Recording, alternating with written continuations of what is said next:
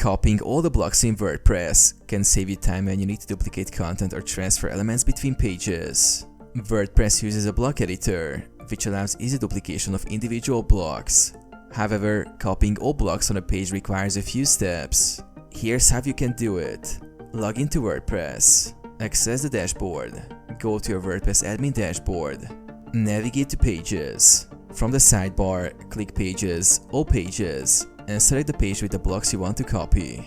Copy blocks on the page. Open the page. Click Edit for the page you wish to copy the blocks from. This will open the block editor.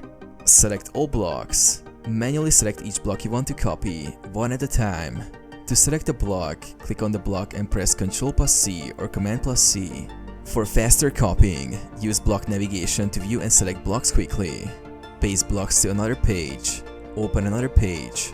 Go to Pages, All Pages, and open the page where you want to paste the blocks. Paste. Click into the page and press Ctrl+V or Command+V to paste the copied blocks.